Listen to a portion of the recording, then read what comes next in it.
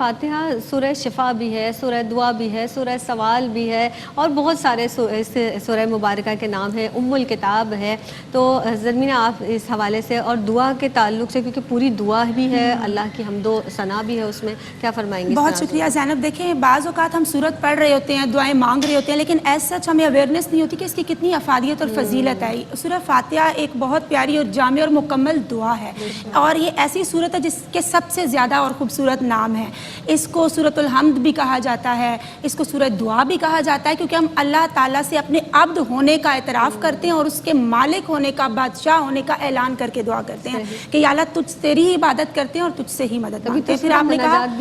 اس کو آمین بھی کہتے ہیں، اور اس کو ام القرآن بھی کہا جاتا ہے، کیونکہ آپ دیکھیں قرآن پاک کا آغاز بھی اسی سورہ مبارکہ سے ہو رہا ہے، اور نماز میں چونکہ ہم جانتے ہیں کہ ثنا کے بعد جو پیاری سورت سے جس کا نماز کا آغاز ہوتا ہے وہ بھی سورہ فاتحہ ہے، اور اللہ تعالیٰ کی حمد و ثنا اس میں بیان کی جا رہی ہے۔ یہ وہ سورہ مبارکہ ہے کہ جس کا ایک رکوع ہے، جس کی 7 آیات ہیں، جس کے تقریباً 140 حروف ہیں۔ اس میں اللہ تعالیٰ کی ذات و صفات کا بیان ہے، اس کی حمد و ثنا ہے، آخرت کا بیان، یہ دعا بھی ہے، اور یہ اللہ تعالیٰ سے ایک وعدہ بھی ہے کہ یا اللہ تو ہمیں اپنے انعام یافتگان بندوں کے رستے پر چلنے کی توفیق عطا فرما۔ حدیث مبارکہ کا مفہوم ہے، اچھا اس سے پہلے مجھے ایک اور بات یاد ہے کہ دعائے شافیہ بھی ہے، یعنی ایسے لوگ جو دیگر صورتیں نہیں پڑھتے ہیں وہ اس کو پڑھ لیتے ہیں تو ان کے لیے یہ کافی ہو جاتی ہے اور شافی ہو جاتی ہے، اس کو کافی اور شافیہ کہا جاتا ہے۔ پھر آپ دیکھیں کہ نماز میں ہم نے یہی دعا پڑھنی ہے، اس کے علاوہ کوئی اور صورت پڑھنا چاہیں تو نہیں پڑھ سکتے۔ اس سے بھی اس کی امپورٹنس، اس کی افادیت ہم جان سکتے ہیں۔ پھر حدیث مبارکہ کا مفہوم ہے کہ جب ہم الحمد شریف پڑھتے ہیں تو آقا علیہ الصلوۃ والسلام فرماتے ہیں کہ اللہ تعالیٰ سے ہمارے مکالمے کا آغاز ہو جاتا ہے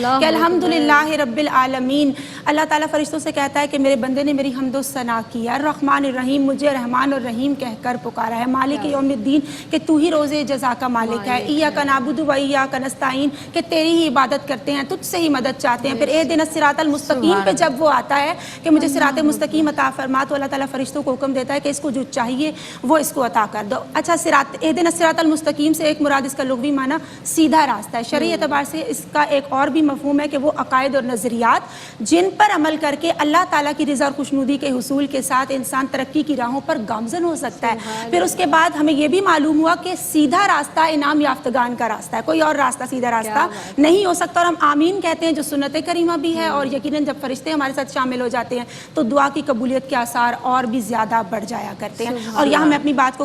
کمپائل کرتی ہوں کہ ترمذی کی حدیث مبارکہ ہے کہ آقا علیہ الصلوۃ والسلام تشریف فرمائے، جبریل امین تشریف لاتے ہیں، آسمان سے ایک آواز آتی ہے اور بتایا جاتا ہے کہ آج آسمان کا وہ دروازہ کھلا ہے جو پہلے کبھی نہیں کھلا، اور بتایا جاتا ہے کہ وہ فرشتہ تشریف لایا جو اس سے پہلے کبھی تشریف نہیں لایا، اور اس نے آ کے آقا علیہ الصلوۃ والسلام کو سورہ فاتحہ کے حوالے سے بتایا کہ یہ وہ پیاری دعا ہے جو شفا بھی ہے، اور امت کو یہ پیارا تحفہ اللہ کی طرف سے عطا ہوا۔ سوال کا حق ادا کر دیا ماشاءاللہ آپ نے۔